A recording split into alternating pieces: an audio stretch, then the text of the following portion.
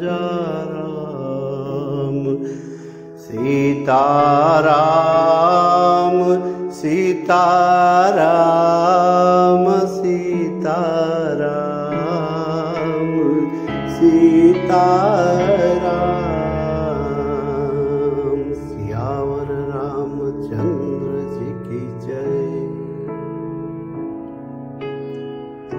इंसान की भूल है कि वह तकदीर से ज्यादा वह वक्त से पहले बहुत कुछ चाहता है।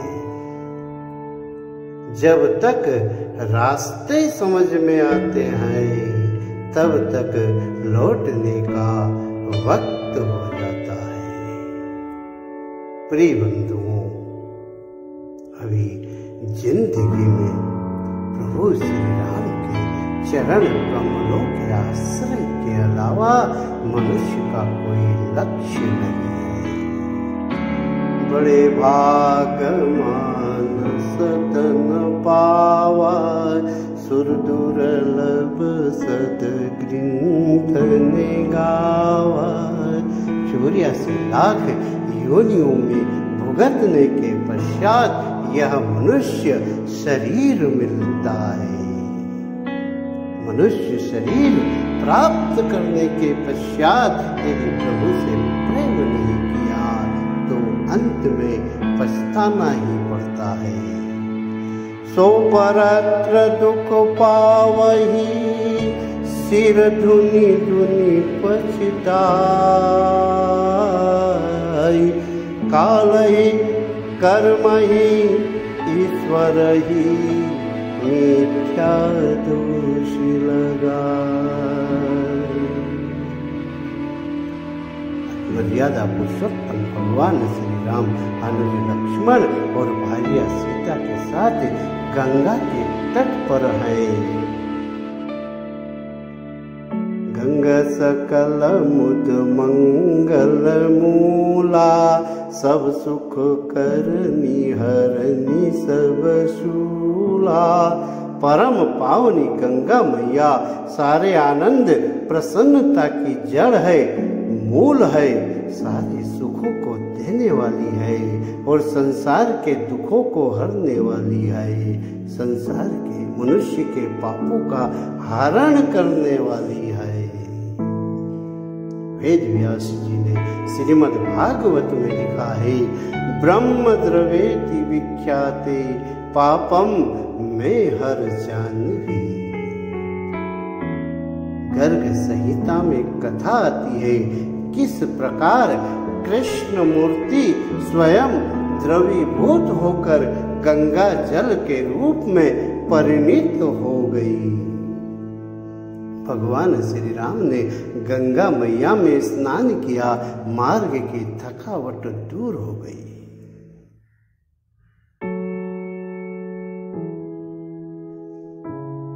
जिन प्रभु श्री राम का स्मरण करने मात्र से भारी श्रम मिट जाता है, अनेक जन्मों के जन्म मरण से आवागमन का श्रम मिटता है।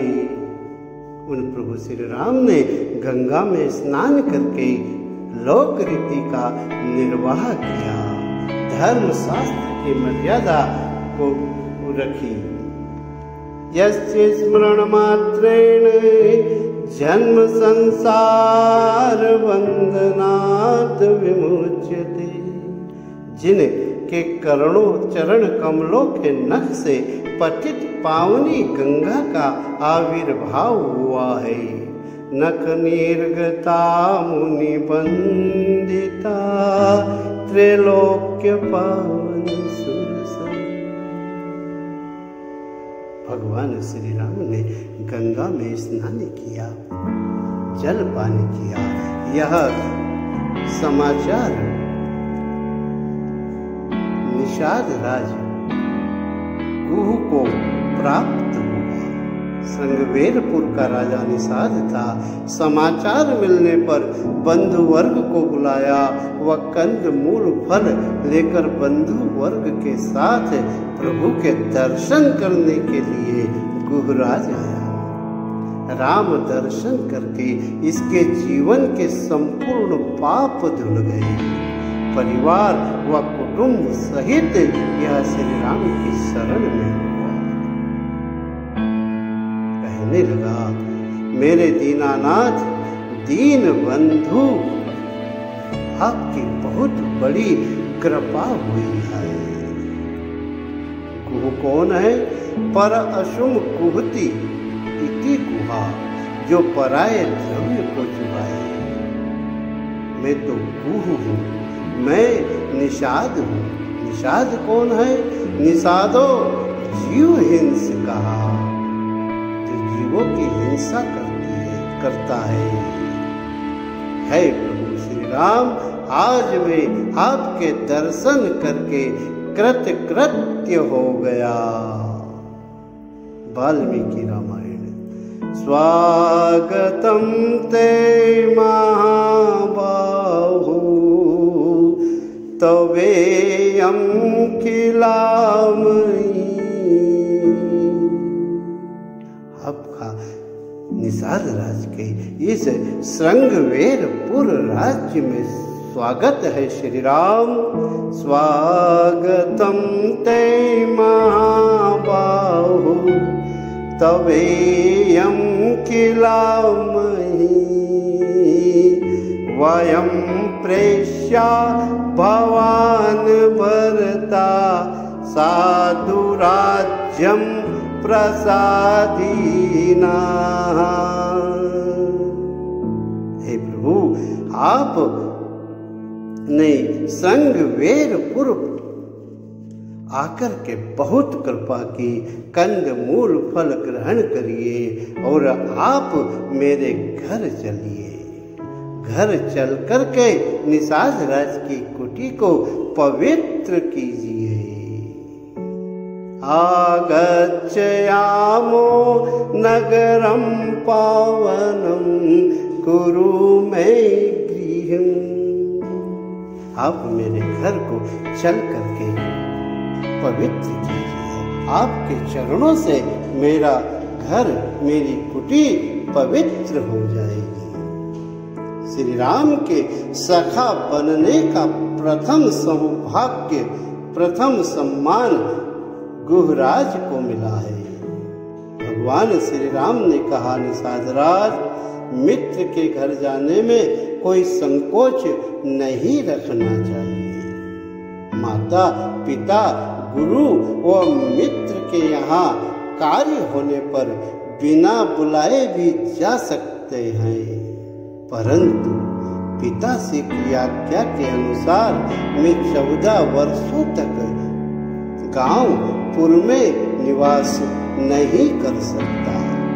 भगवान श्री राम ने बाद में सुग्रीव व विभीषण से भी ऐसा ही कहा है। बाद में सुग्रीव और विभीषण भी सखा बने हैं, परंतु इन तीनों सखाओं में पूर्ण निष्काम और अमानी सखा तो निषाद राज ही है। सुग्रीव को राज्य दिलाया था भगवान श्री राम ने, और विभीषण को भी राज्य दिलाया था। यह लोभ था, परंतु यह निर्लोभी सखा है। कह क्या रहा है प्रभु? देवधर धाम तुम्हारा, मैं जननी सहित परिवार। मेरा धन धाम पृथ्वी जो कुछ है सब आपकी है, और मैं परिवार सहित आपका सेवक हूँ।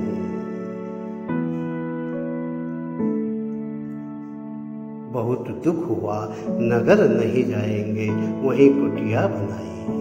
पुरवासी को खबर मिलने पर सब पुरवासी देखने के लिए, श्री राम लक्ष्मण को देखने के लिए चले हैं, और कह रहे हैं पुरवासी, ते पितु मातु कहूँ सखी कैसे, जिन पटये बन बालक ऐसे। पूरे रामचरितमानस का हम अवलोकन करें, चिंतन करें। गोस्वामी तुलसीदास जी ने रामचरितमानस में 2 चौपाई ऐसी लिखी है जो 2 बार लिखी गई है। हूबहू वैसी की वैसी ही चौपाई। एक चौपाई यह है जिसको 2 बार लिखा है। ते पितु मातु कहूँ सखी कैसे, जिन पठये बन बालक ऐसे।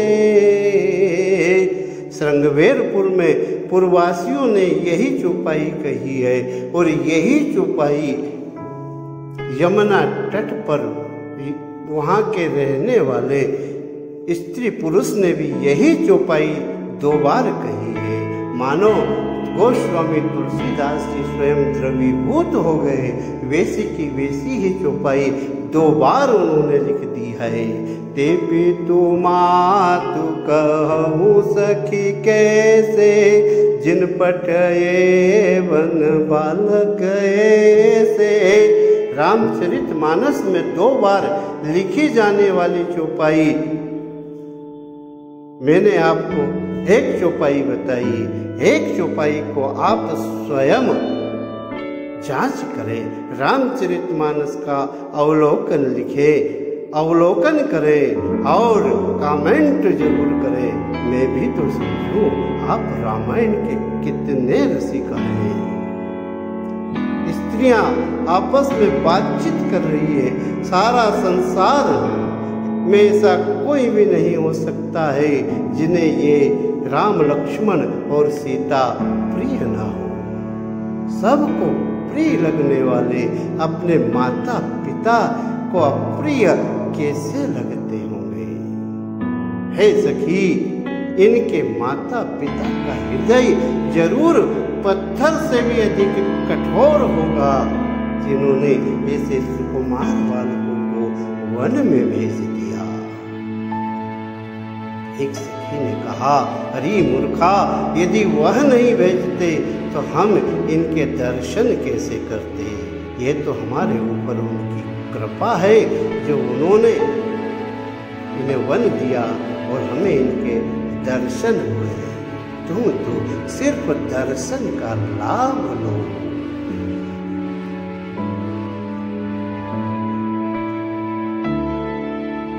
इस प्रकार से सब भगवान श्री राम के दर्शन करके और प्रसन्न हो रहे हैं। राम लखन सिय रूप निहारी, कहीं सप्रेम ग्राम नर नारी। सिय सुमंत्र भ्राता सहित कंदमूल फल खाय। शयन किन्नर रघुवंश मणि, पाय पलोटत भाई। कंदमूल फल खाकर रघुकुल मुनि से रामचंद्र जी ने शयन किया। लक्ष्मण जी उनके पैर को दबाने लगे। जब नींद आ गई, लक्ष्मण कुछ दूर बैठकर वीरासन में बैठ गए। उनके पास ही गुहू आकर के बैठ गया।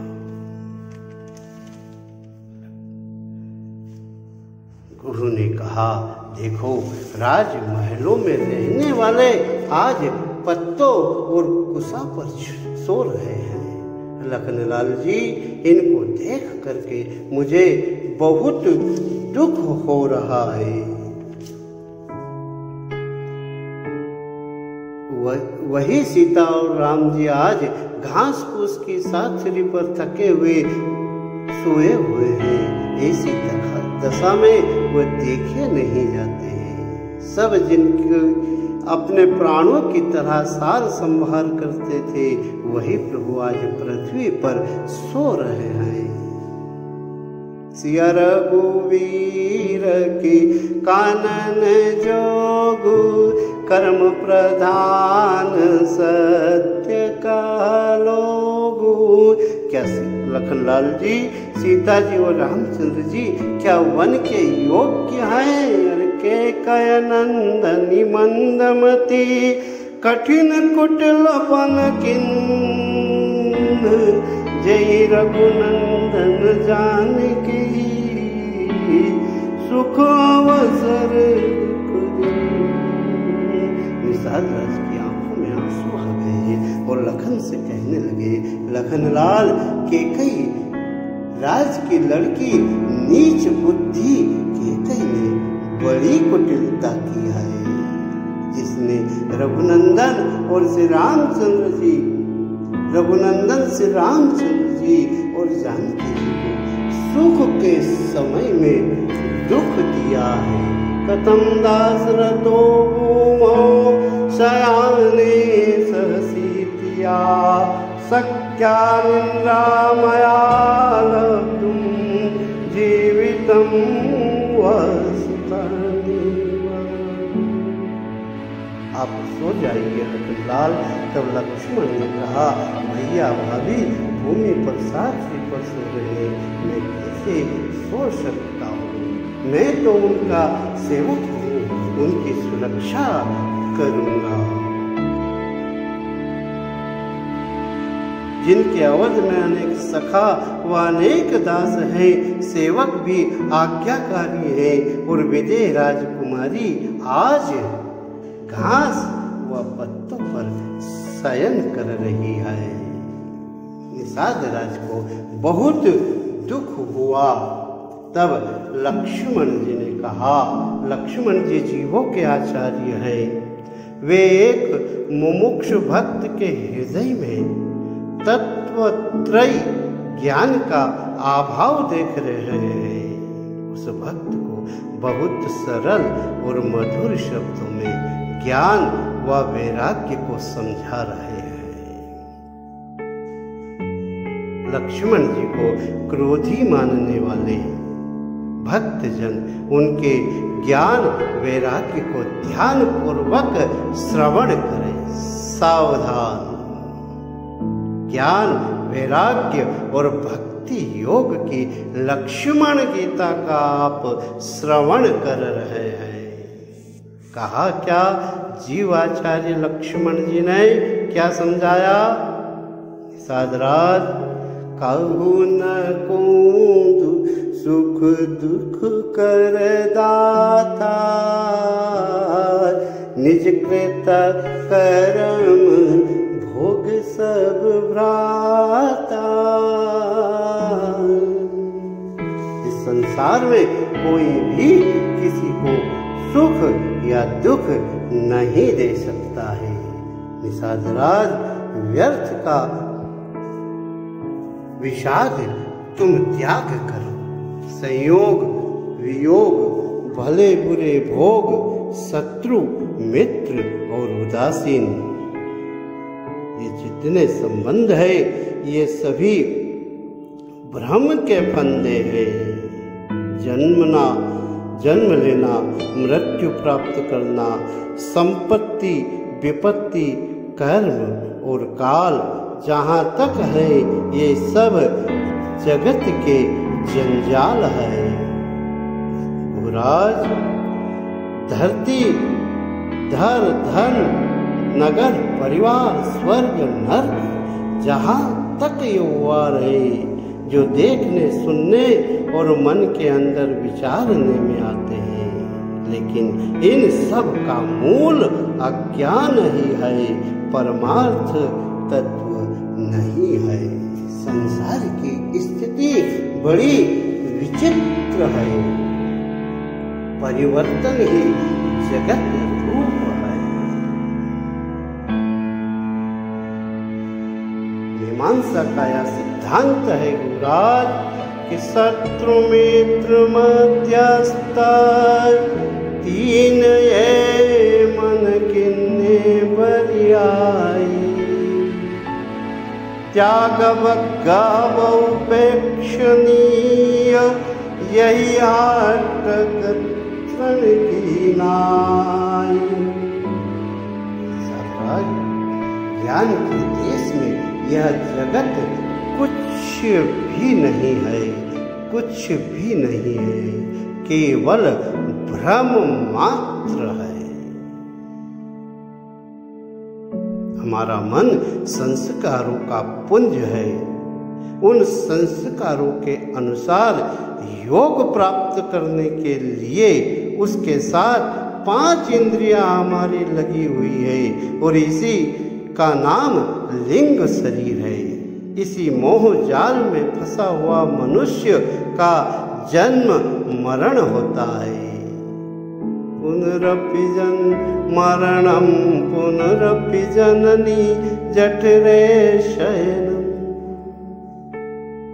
कहाँ गए पिता पितामह जिनकी गोद में बैठकर हम रोते थे, मचलते थे, हंसते थे, स्वर्गीय आनंद लेते थे। कहाँ गए वो सखा जिनके साथ हम सब दुख भूल जाते थे।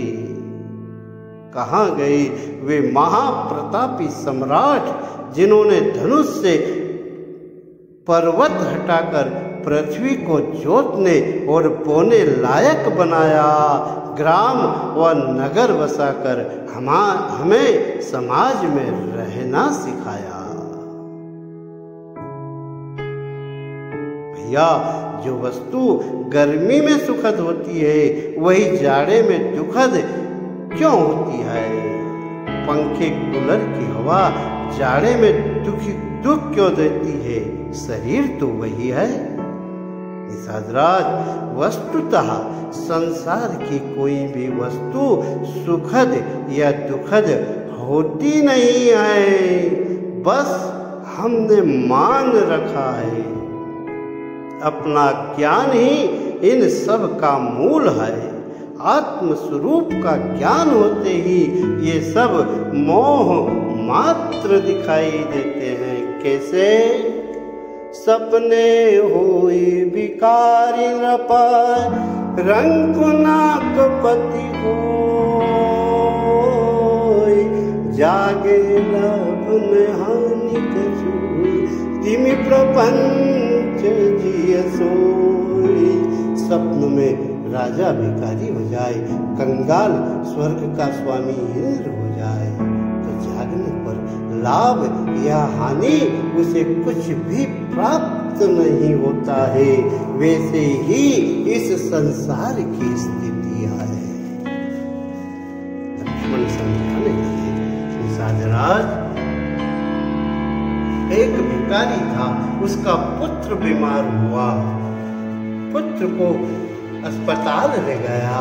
उपचार के लिए 5 लाख रुपए की आवश्यकता थी। व्यवस्था नहीं हुई।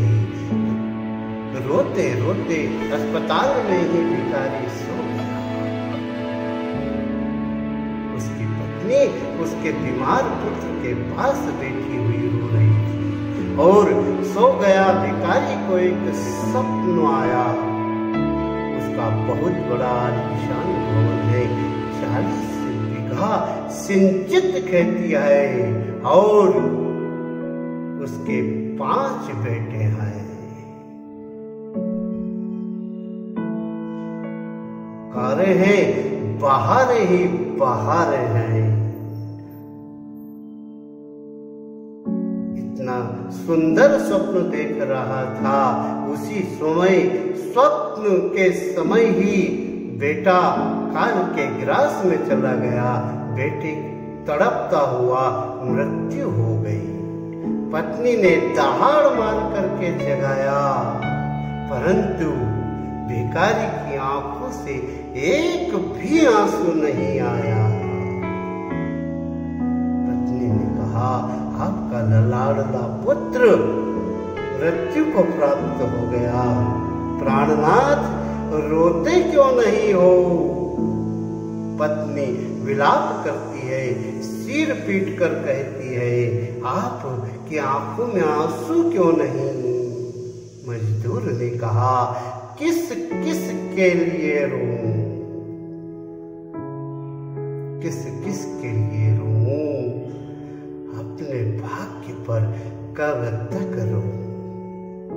प्राण प्यारी, स्वप्न में अभी 5 पुत्र थे। बहुत सुंदर व योग्य थे।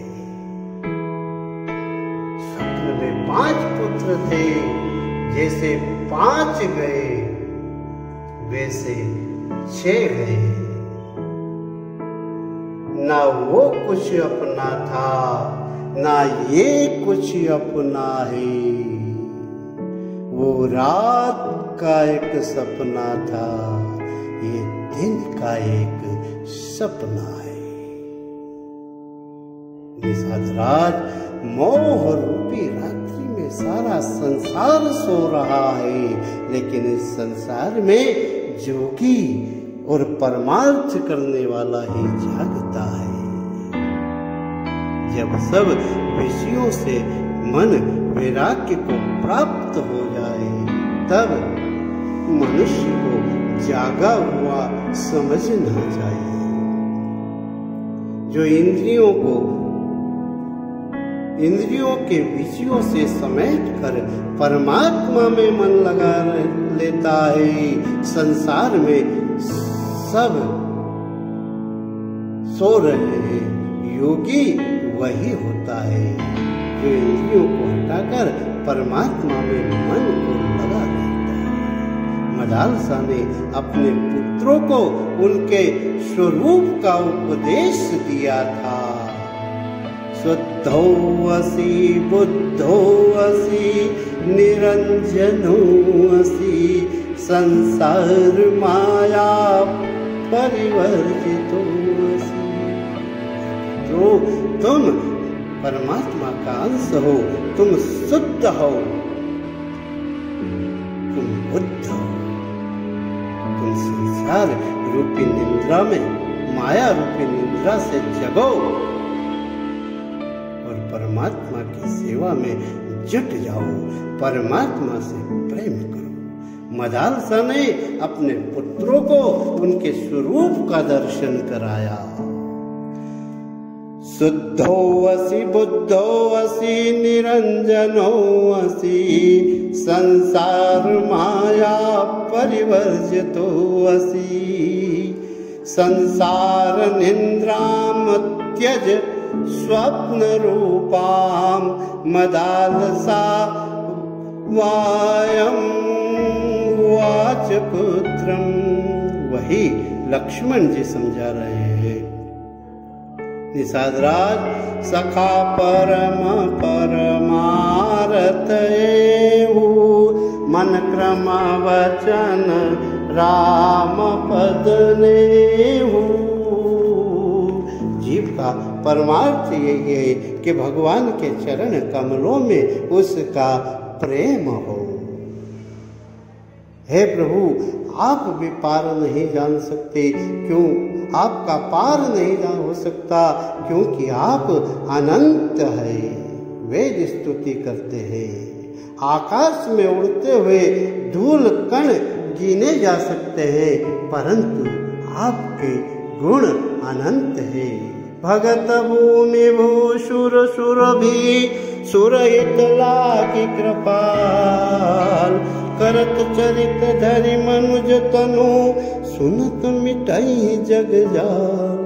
भक्त पृथ्वी ब्राह्मण गोमाता और देवताओं के हित के लिए श्री राम मनुष्य रूप धारण कर नर नाट्य करते हैं, जिनके सुनने से संसार रूपी बंधन छूट जाते हैं। ज्ञान वैराग्य की बात लक्ष्मण जी ने की। लक्ष्मण गीता निषाद राज को सुनाई। जब जब आध्यात्मिक संशय की निवृत्ति के लिए उपदेश होता है और संशय निवृत्ति होती है, उसका नाम वक्ताओं ने गीता रखा गया है। रामचरितमानस में 6 गीता है। लक्ष्मण गीता, दूसरी शिव गीता जहाँ उमा और शंभु का संवाद हुआ है। तीसरी राम गीता जो अरण्य कांड में लक्ष्मण का संशय जिससे नष्ट हुआ है। कहो ज्ञान विराग अरु माया। लक्ष्मण जी ने पूछा, राम जी ने कहा वह राम गीता। और लंका कांड में भगवत गीता या विभीषण गीता। जब श्री राम रथहीन थे और रावण रथ पर था, तब प्रभु श्री रामचंद्र जी ने विभीषण को समझाया। वह राम गीता और उत्तरकांड में 2 गीता हैं। पुरजन गीता जिसमें श्री रामचंद्र जी ने समझाया, बड़े बाग मानस तनु पावा, और ज्ञान गीता जो कागभूषुंड और गरुड़ का संवाद हुआ, यह इसे भक्ति गीता भी कहते हैं। रामचरितमानस में 6 गीताओं का उल्लेख है।